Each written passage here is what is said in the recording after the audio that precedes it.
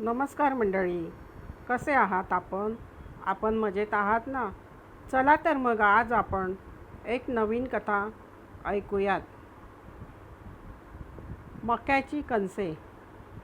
एकदा श्री महाराज म्हणजे गजानन महाराज त्यांचा शिष्य बंकटलालच्या आग्रहावरून ते त्यांच्या मळ्यात मक्याची कणसे खाण्यासाठी गेले होते. त्यांच्याबरोबर शिष्यमंडळीसुद्धा होतीच. त्यांच्या मळ्यामध्ये पाण्याने तुडुंब भरलेली एक विहीर होती. विहिरीच्या काठावर चिंचेचे डेरेदार झाड होते. हिरव्यागार पिकाने बहरलेल्या मळ्यात श्री महाराजांच्या सान्निध्याने सर्वांची मने प्रसन्न झाली होती. गप्पा गोष्टीमध्ये सर्वजण दंग झाले होते. चिंचेच्या झाडाच्या सावलीत 10-12 कणसे भाजण्यासाठी आगट्या पेटवल्या गेल्या. शेणकुटाच्या धुराचा उग्र दर्प सर्वत्र दरवळू लागला होता. आगट्यांचा धूर आकाशात जाऊ लागला. नोकरांनी मक्याच्या कणसांचा ढिगारा लावला होता. अंथरलेल्या घोंगडीवर सर्वजण गप्पा मारीत बसले होते. झाडावर आग्यामोहळ लागलेले होते, ते कुणालाच माहीत नव्हते. खालून विस्तवाची जशी धग लागली तशा मोहोळातील गांधील माशा चवताळल्या आणि त्याने चिडून जाऊन गप्पांमध्ये रंगलेल्या सर्व माणसांवर जोरदार अचानकपणे हल्ला केला. माशा चावू लागतात सर्वजण प्राणभयानं पळून गेले. एकटे मात्र बिचारे श्री महाराज तेथे शांतपणे बसून राहिले. त्यांच्या सर्व अंगांवर माशा बसल्या. जणू श्री महाराजांनी माशांची काळसर पासोडीच पांघरली होती. माशा श्रींच्या अंगाचा कडकडून चावा घेत होत्या, पण श्री महाराज शांत निश्चलपणे बसून होते. सर्वानुभूती परमात्मभाव असलेल्या श्री महाराजांना मनात असे आले की माशी पण मीच, मोहोळ ही मीच आणि कणसे पण मीच, आणि कणसे खाण्यासाठी आलेलाही तो मीच. सर्वत्र परब्रह्म आहे हा त्यांचा भाव होता.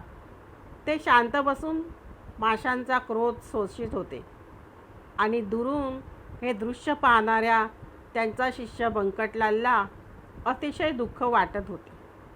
त्याचे नेत्र पाणावले होते. मनात विचार चालू होता, आपण श्री महाराजांना कणसे खाण्यासाठी बोलावले आणि त्यांना विनाकारण त्रास झाला. आपल्यामुळेच केवळ श्री सद्गुरूंना दुःख आणि त्रास भोगावा लागतो आहे. तो श्री महाराजांकडे धावत आला. तो जवळ येताच श्रींच्या मुखातून शब्द बाहेर पडले, जा ग माशांनो, आता पुरे झालं. आता आपापल्या जागी जाऊन बसा. बरं, माझा बंकटलाल इकडे येतो आहे. त्याला त्रास न देता तुम्ही जा बघू इथून. आणि काय आश्चर्य घडलं. श्री महाराजांची आज्ञा ऐकताच त्या माशा एकदम उठल्या आणि पुन्हा मोहोळावर जाऊन बसल्या. श्री महाराज प्रसन्न मुद्रेने शांतपणे पाहत होते. इतक्यात बंकटलाल त्यांच्याजवळ आला. श्री महाराजांच्या सर्व अंगात माशांचे काटे रुतले होते. काही ठिकाणी लाल रंगाच्या गांधी उठल्या होत्या. त्यांची ही अवस्था पाहून बंकटलालला रडूच कोसळले. रडत रडतच तो म्हणाला, महाराज, काटे काढण्यासाठी मी सोनाराला बोलावून आणू का? तुम्हाला फार त्रास होत असेल ना. अंगावरच्या गांधी जाण्यासाठी काय उपाय करायचा? बंकटलालची आत्मीयता व निष्काम प्रेम पाहून श्री महाराज म्हणाले, अरे, काहीही झालेलं नाही आहे. काही उपाय करायला नको आहे. आपोआप सारं बरं होईल. उगीच काळजी करू नकोस. तरीसुद्धा एक गडी पाठवून गावातून सोनाराला बोलावून आण. सोनार तिथे येताच सर्वांसमक्ष ते बंकटलालला म्हणाले, अरे, याचा काही उपयोग नाही. बघ, आता तुला मी गंमत दाखवतो. असे म्हणून त्यांनी आपले डोळे मिटले, दीर्घ श्वास घेतला आणि तो आत कोंडला आणि केवळ कुंभक केलं. त्याच क्षणी त्यांच्या अंगात घुसलेले सगळे काटे भराभर बाहेर पडले. हे अतर्क्य दृश्य पाहताच सर्वांना खूप आनंद वाटला. महाराज म्हणाले, बंकट, बघितलंस ना, लोक किती स्वार्थी असतात ते. अरे, खायला मिळालं की जमा होतात आणि माशा धावून आल्या की पळून जातात. खरं की नाही? श्री महाराजांचे शब्द ऐकताच सर्वांनी माना खाली घातल्या. सर्वजण खजील झाले. त्यांना लाज वाटू लागली.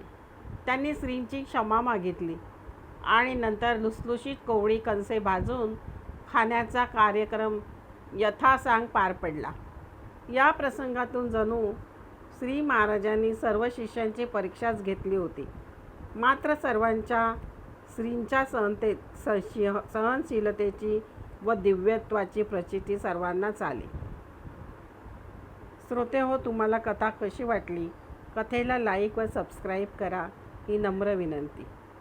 श्री गजानन महाराजांचा जय जयकार असो.